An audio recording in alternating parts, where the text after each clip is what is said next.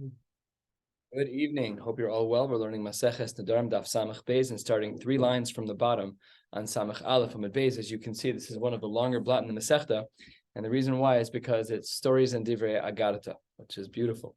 And we'll be finishing tonight at the 2 dots toward the bottom of Samach Beis Amud Beis, just 3 lines from the bottom. Let's get started.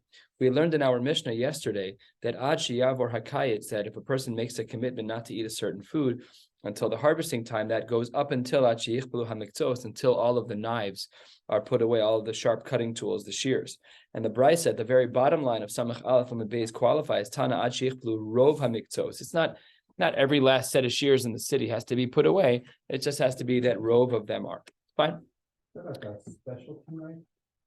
Probably just shears. It's whatever shears were used for this purpose. It doesn't mean that there are no knives in Klal Yisrael. It just means that the knives that are typically used for harvesting. Like specifically for this, because the dollars for this is the same thing as we means That's a modern Hebrew word as we use them. So I don't know exactly how to respond to that. I'm not sure. I don't know why the Gemara uses that word. Okay, but yeah, that's what the Gemara says. And on Samach Beis Amud Aleph at the top, we quote this again, and are going to hear a bunch of stories about it. Tana, we had learned Hukpelu, Rov HaMiktzos. As you can see here, it says Hukpelu, and on the bottom it says Sheyichpelu. There's clearly some challenge in the actual girsa. And on the bottom of Samach Aleph Amud Beis, when it says Sheyichpelu, 2 lines from the bottom, so there's a little bit of a corrective measure that's put into the Gemara where it changes it Sheyichpelu. Okay, fine. So it says on the top that it's Tana Hukpelu Rov HaMiktzos, and once we reach that threshold where the majority of the shears in that community have been put away, so the Gemara says Mutaros Mishum Gezel Upturos Mina Maisros. At that point, once you're done working the field, everything else becomes hefker for the poor people. It's payah, whatever, everything is allowed to be taken. There's no Isser Gezel, and everything that's in there is pater from Meiser. Rabbi Yossi bar Rabbi Yehuda Iklu Lahu Asra Bisman Hukpelu Rov HaMiktzos. Rabbi and Rabbi Yossi bar Yehuda, they were in a city which was after the end of the harvesting time. Rabbi Havakachil, Rabbi was eating from the field because, as mentioned, it's mutter to eat the foods at that time. And Rabbi Yossi bar Rabbi Yehuda lo achil, and he wasn't eating. So the Gemara says, Asa Marhon, the master of this property, showed up, and he noticed that Rabbi Yossi, Rabbi Yehuda, wasn't eating. And Amar lahu, he says to both of them, Amai lo achle Rabbanan, why aren't the rabbis eating? And the Gemara says, Hukpelu Rov HaMiktzos. He says, after all, we're already past the harvesting time, and everything is pater mishum gezel and pater mina maisros. So the Gemara says, even though Marhon, even though the master of this property had caught them not eating, which he had seemingly hoped that they would eat, even so, lo acha Rabbi Yossi Rabbi Yehuda. Why not? So sometimes when you get a text message, you're not always sure about the tone. So here, Rabbi Yossi Rabbi Yehuda was watching the guy's face while he was talking, and instead of the question being Amai lo achle Rabbanan, it was like, oh, you're going to eat more of my food? You can eat more of my food? And that's what the Gemara says, because Sabra Mishum Sinius Milsahu de Kamar Hadein Gavra. Rabbi Yossi Rabbi Yehuda was looking at the context of how the words were presented, and he read it as though it was a little bit passive-aggressive, as we might say in our parlance. And in fact, the Ran, 4 lines down, calls this out. The Ran says, Dibur Hamaschem Mishum Sinius Milsa, Hu de Kamar Hadein Gavra, Mibnei Roa Leib, Lomar Kvari Tartem Osam La'atzmechem. You just walk in my field thinking, yeah, it's mutter. It totally is mutter. But sometimes you have to know how to read between the lines and understand what's going on. Rabbi Yossi Rabbi Yehuda was of course an Erlich Yid, and he didn't want to make the person upset. Story number 2. Rabbi Chama bar Rabbi Chanina Ikla Lahu Asra. He went to a particular place. Bisman Shukplu Rov HaMiktzos. After all of the Te'anim had already been plucked. Havaka'achil, he was eating. Yoav l'shama, he gave some to his servant, but lo achil, his servant wouldn't eat. And Omar le, Rabbi Chama said to his servant, Echol, you're allowed to eat. Kach Amar li Rabbi Shmuel bar Rabbi Yossi Mishum Aviv. We already learned this day. Hukpelu Rov HaMiktzos mutars Mishum Gezab Turs Ben HaMaiser. You can eat, no problem. Story number 2. Here's story number 3. The Gemara says about a third of the way down, a little bit more. Rabbi Tarfon Ashkechehu Gavra. He found a particular man. Bisman Hukpelu HaMiktzos Ta'achil. So he walked by a field. He was after the Zman of Rov. What's the language of Shehukpelu Rov Miktzos, and he grabbed some food. It was mutter, no problem. Achse Bisaka, this guy who owned the field, grabbed Rabbi Tarfon and put him into a duffel bag. V'shakle, and he grabbed him. Ve'amte lemishti benara, and he brought him over to the place right by the bridge. He wanted to dump him into the water with like a cylinder with like, what are those things? What? Sounds like a map. Pretty much that's what it was. And he wanted to do it with like, it was not Nakishma. That's exactly right. And he wanted to throw him in the water.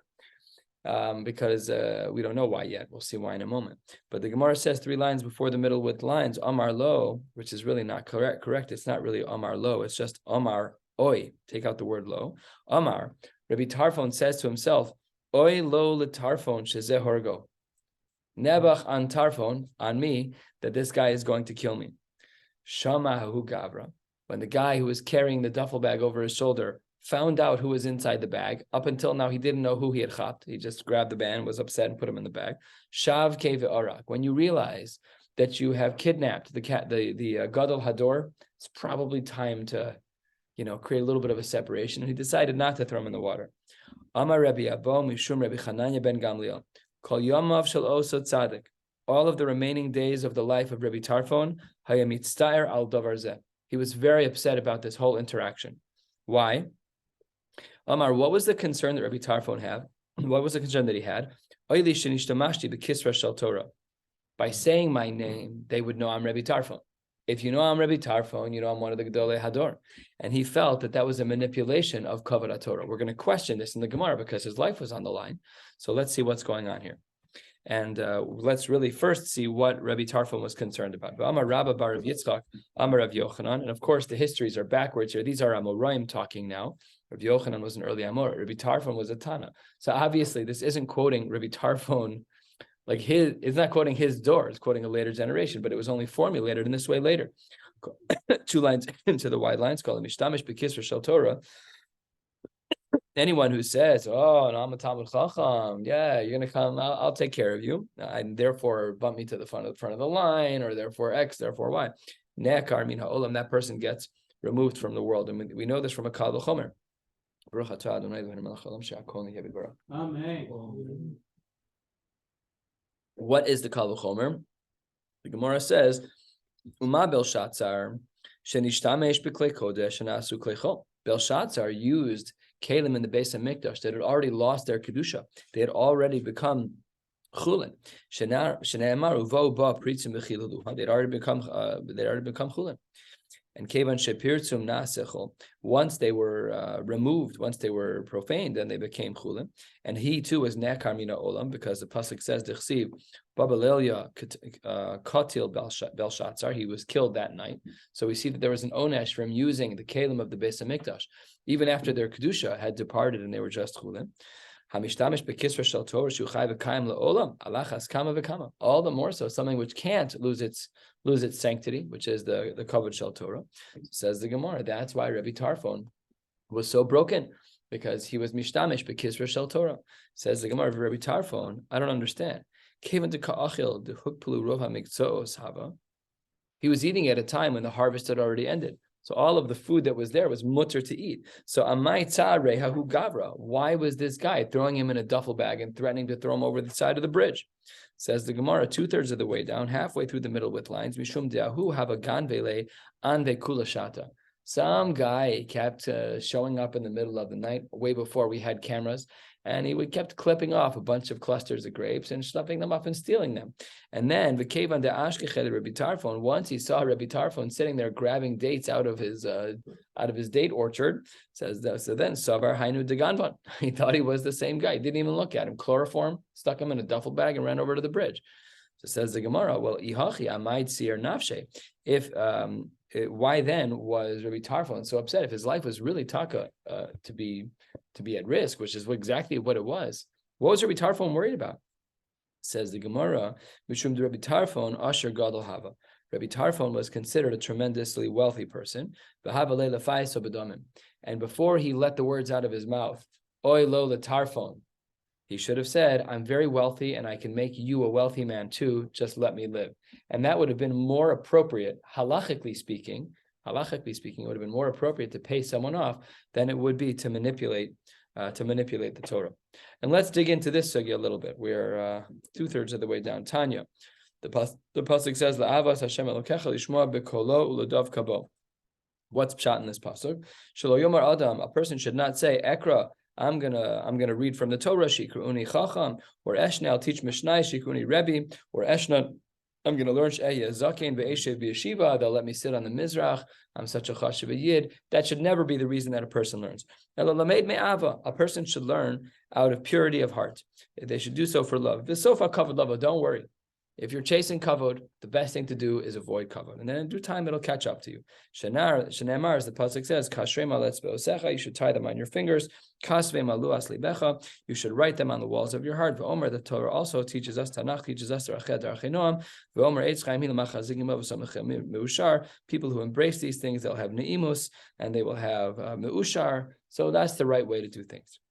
Rabbi Eliezer bar Reb Tzadok Omer asay dvarim l'shem pa'olam, similar tone. You should do things for the sake of our Maker. V'daber lahem lishmam, and we should talk in learning for l'shem shamayim as well. Al ta'aseh matar lihisgadel bahem. You should not take the crown of Torah to make yourself look great. Ve'al ta'aseh kordon lihios oderbo. Nor should we make it like a shovel that we dig with. And v'kal v'chomer. And here, again, we're repeating the same kal v'chomer as we saw earlier. It's just being quoted by a different person, but it's the same thing, a little bit shorter. First of the very long lines, Belshazzar,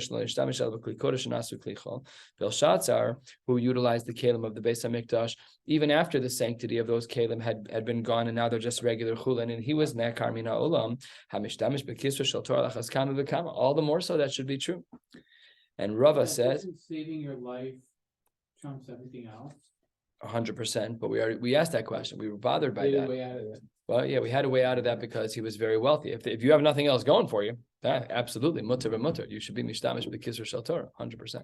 But if you're a fantastically wealthy guy, or even enough that you could convince him that you're wealthy, you know, whatever it is, it could be. I'm saying, Ladina, if you're stuck in that scenario, you go with your kishkas, whatever happens, happens. But we should be prepared for these scenarios. Like, probably a master over his intellect. That's why he's being how this is gechut haseora. Yeah, that's not shaykh by us. If anybody ever grabs, I'm going to say I teach Daf Yomi at Makor. That's what I'm going to say. Put me down. I teach Daf Yomi at Makor. Yeah. So of course we should know the halachos. These are halachos. And nebuch, if God forbid a person's in a scenario, just the dugma, there's these discussions about Yeharig Val Yavor. What exactly is Yeharig Val Yavor in the world of Arayos? If somebody says to you, hold this woman's hand, you die? Does it have to be intercourse? What if it's something that's intimate but not intercourse? All of these things are b'diktuke halacha, and without knowing them, a person could make a huge error, one way or the other. You could die thinking that it was Yeharig Val Yavor when it wasn't. You have to know. It's very easy to make a mistake. Essentially, what are you doing up here? Yeah, he's like you. If you would have known Shulchan Aruch Shachs and Tazes, you wouldn't be here. So really, these are halachos that we need to know. Are they a goy? Are they a yid? Are they a kohen? There's so many things that it's hard to know. But, so in this case scenario, Michael, to your question, if a person is very wealthy, you use that as your first line of defense, and if not, you say, "I'm the Gadol Ador. I'm the Gadol Ador. They're going to be looking for me." The Gemara says 6-7 lines from the bottom, second of the widest lines. I'm a Rava shari leile inshe le'odui nafshe ba'asra d'ul yadile. However, much as it's true that you're not allowed to be mishtamish b'kisra shel Torah, if you move to a new city, you can hand out your resume. I'm a dayan. I learned in this yeshiva. That you're allowed to do. What? Did you skip something? No. Rabbi Rami? That we're 2 lines above that. Oh, okay. So I'm a Rava shari leili inish le'odui nafshe ba'asra d'ul. You're allowed to share that with people. D'chsiv v'abdecha yirei es Hashem min urav. So this is story with Ovadia, and he was saying about himself that he was a Yarei Hashem. You're allowed to say that. If people don't know, you're allowed to say you're a Yarei Hashem. Elakasha Rabbi Tarfon. If that's true, then what was wrong with Rabbi Tarfon? So same question and answer, just being asked by different people. That's why it's the same story multiple times. So Asher Gadol Hayava. He was very wealthy, and his first line of defense should have been to appease him with finances. Rava Rami Ksiv, just like we just had this pasuk a moment ago, that Ovadia was allowed to say that he was a Yarei Shamayim, no problem at all. But you should not be the one to talk about yourself. So which one is it? The Gemara responds, one is in a place where nobody knows him, and one is a place where they don't know him. Why are you saying that you're Yarei Shamayim? I was thinking the same exact thing. Like, I'm Yarei Shamayim. It doesn't mean I know anything about Torah. It doesn't mean I know anything about Parenthetically, Yirah Shamayim is one of the 613 commandments. So it's like saying I have a bris. What's the difference? I gave tzedakah today. Your parents gave you a bris. You don't have to Yarei Shamayim. You have to work out. It's a beautiful chakira, David, but what, the might not kamina. You didn't do it. So what? What does that have to do with anything? It's a mitzvah in the Torah. There's no bragging there. There's no bragging anywhere. It's a mitzvah in Chumash. That's like the Gemara, the Pirkei Avos says, a person learns a lot of Torah. That's why you bekach no tzarta. You think you're so good, like they just stop talking. Like you're a bal guy, but you're an ant on a log, and of course you need to do what a Kadosh Baruch Hu tells you. I hear your question. I was thinking about. I didn't look into it, but I was thinking about it a little bit while I was doing Chazar. I don't know. Anybody? I just think it's code for something bigger. That may be, that's a reasonable answer. Yarei Shamayim is code for something bigger. Chacham, or whatever you'd like to call it. What was the story in Yonah? Ivri Anochi ves Hashem Elokei Hashamayim ani yarei. There too. Both. Right. They draw lots. And why are you napping when we're all gonna die? Yeah. Who are you? Who's your God? But no, that's Right. I won't dance on the ball. Yeah. He wasn't. But he also spoke about Yiras Hashem. But he wasn't telling him that he was something special. But he was on the shots. He was identified. He was identified as his wife. With the outside, so they were all talking to their guys, trying to get the. Now, I don't know, is it about guy to say I'm showing Shabbos? Is it allowed to invite people to events or not? I don't know the answer to your question. I don't know. Tax, your question is good. I don't know. You have to look into it. All right. Omar Rava, 3 lines from the bottom. Sharle l'tzurba merabanan lememar tzurba merabanan ana. Sharule tigroi beresha. A person is allowed to say, a rabbi is allowed to say, I'm a rabbi, and therefore put me to the front of the line in regards to tigroi, in regards to my tigar, my askar, my challenge, which means that when there's a din Torah, he's allowed to go first. That's what the Ran says 4 lines from the bottom. Dibur maschal sharle tigroi beresha. Itiru tagar shali klamar. Paskuli dini tchila. You're allowed to you're allowed to skip the line if you're a Talmud. It's like, the first class travelers. You get to board first. Even if you show up last, doesn't matter, you get to board first. So if you're a Talmud Chacham, you get to the front of the line by Dinei Torah. Dichsiv, how do we know? Dichsiv, well, we will see the comparison. Uvnei David Kohanim hay, that the children of David were Kohanim, which that's not true. They were not Kohanim. So the Gemara says, Ma Kohen no tel berosh, Af Talmud Chacham no tel berosh. The Gemara says, Bnei David, they were not Kohanim, but they have an equivalence to Kohanim. That just like Kohanim, they get to go first. So too, the Bnei David were Talmidei Chachamim, they're also notel barosh. And then the Gemara digs into the din of a Kohen. The Kohen Minolan. How do we know about a Kohen that he gets treated a little bit differently? Because the pasuk says, "V'kidashto ki es lechem elokecha hu makriv," that he is treated with sanctity because he's lechem elokecha hu makriv. He's bringing the korbanos. He's bringing the breads of a Kodesh Baruch. The Gemara says, "V'tana debei Rabbi Shmuel v'kidashto." How do we understand this language of the kidashto? L'chol davar shebikdusha, for all things that have sanctity, the Kohen gets preferential treatment. What are these 3 things? Take a look at the Ran. He gets the first aliyah, and he gets ahead of everyone. And lastly, the Ran says,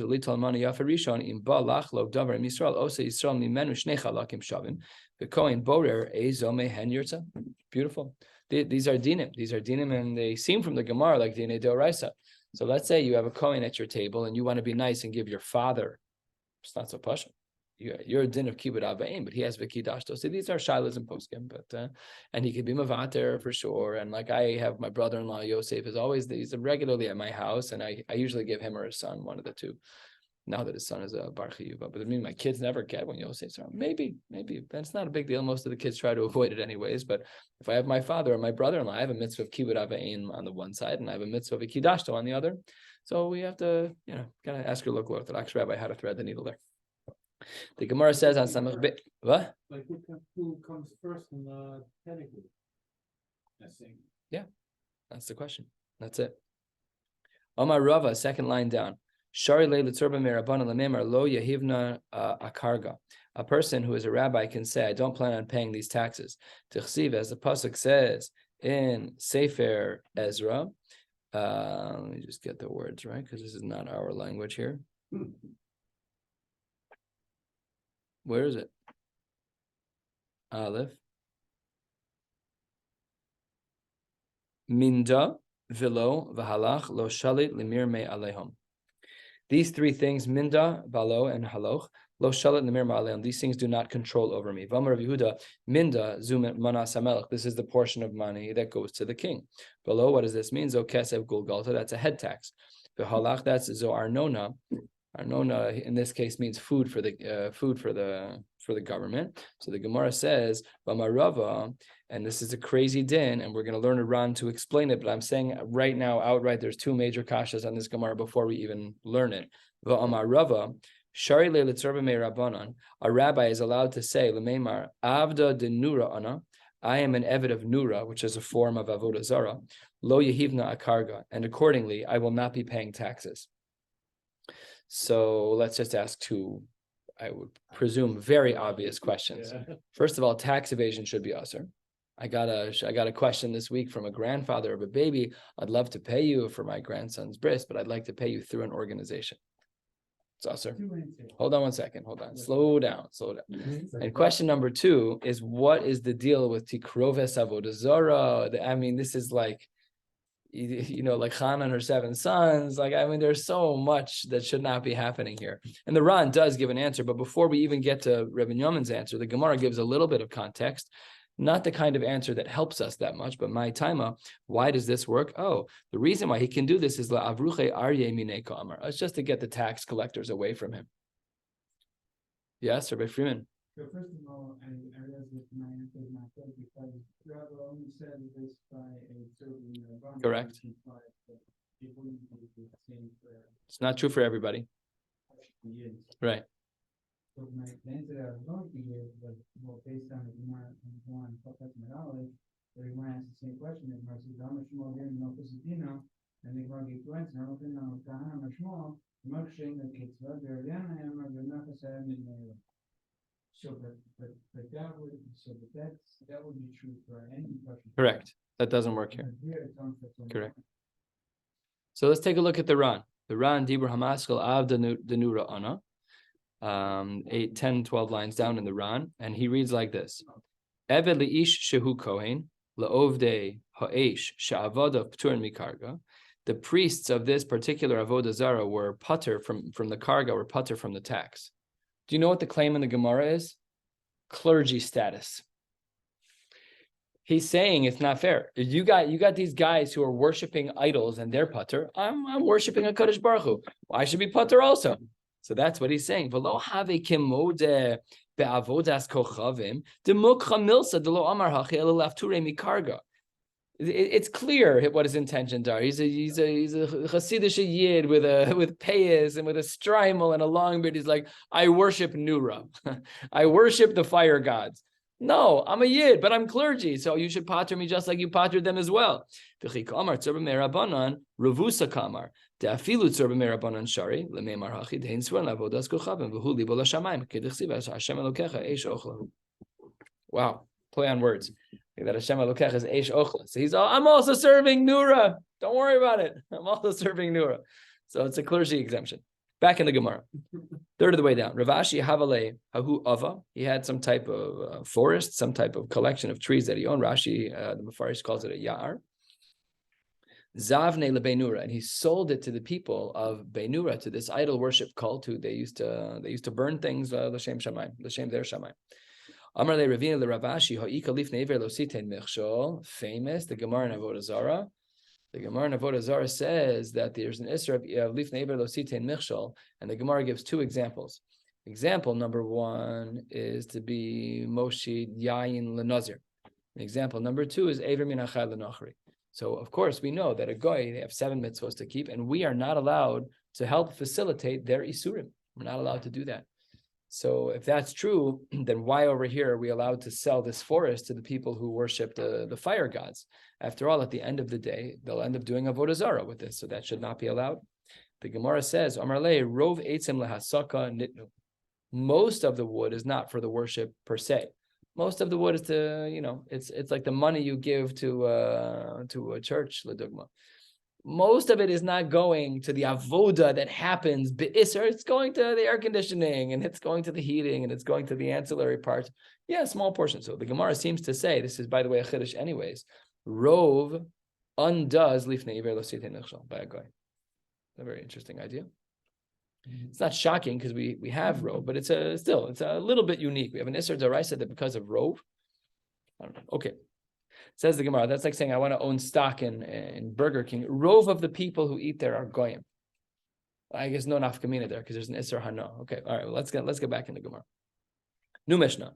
This new Mishnah is really not a new Mishnah. It's really a continuation of what we've been learning.